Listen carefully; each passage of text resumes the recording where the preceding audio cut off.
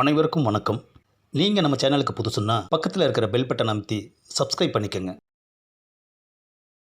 ஏப்பா, காசு செலவு பண்ணி கூட்டு வந்திருக்கேன்பா, எனக்காக கேளேன்பா. ஓகே, அவுட்லைன் சொல்லுங்கள், பிடிச்சிருந்தா முழு கதையும் கேட்குறேன். என்ன அது, அவுட்லைனா? ஆமாம். ஆஹா, ஆரம்பிச்சிட்டான் ஐயா. ஏப்பா, பேய் விஷயத்துல எல்லாம் காமெடி பண்ணக்கூடாது. திடீர்னு வந்து முழு கதையும் சொல்ல வேணா என்னால் எப்படி கேட்க முடியும்? ஆ, கதை சொல்லணும்னா அப்பாயின்மெண்ட் ஃபிக்ஸ் பண்ணணும், புரியுதா? இவனை குடி வச்சதே தப்பாக போச்சு. ஏப்பா, எனக்காக அந்த கதையை கேளேன்பா. விஷயத்தை உங்ககிட்ட சொல்லாமலே இருந்திருக்கலாம், இப்போ எனக்கு பெரிய தொல்லையாக போச்சு. கதையை கேளு, கட்டுரையை கேளுன்னு என் உயிரை வாங்குறியே. ஒரு கதையை கேட்குறதுக்கு என்ன ஒரு பில்டப் பண்ணுறான். இவ்வளோ கெஞ்சி கேட்குற, ஹவுஸ் ஓனர் உனக்காக நானும் என் டயத்தை வேஸ்ட் பண்ணி அந்த கதையை கேட்குறேன். அதுக்கு முன்னால் டீ பிரேக். என்னது, டீ பிரேக்கா? ஆமாம். கதையை கேட்குறதுக்கு முன்னாடியே டீ பிரேக்குன்னு சொல்லி வீட்டுக்குள்ளே போயிட்டான். ஏயா பூசாரி, சொதப்பாமல் சொல்லிடுவல்ல? பார்ட்டியை பற்றியா எப்படி டகால்டிக்கா வேலை காட்டுறான்னு? நீ சொல்கிற கதையை இவன் நம்பிட்டா அதுதாயா சக்ஸஸ்.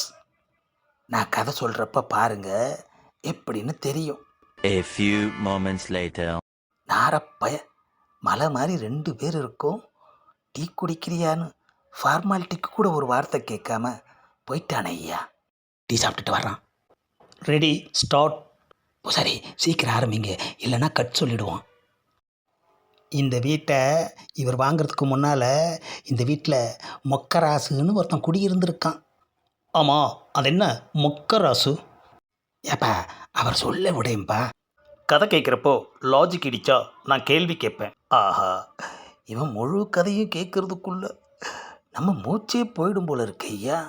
அந்த மொக்கராசை அருக்காணி அருக்காணின்னு ஒரு பொண்ணு விரும்புச்சு.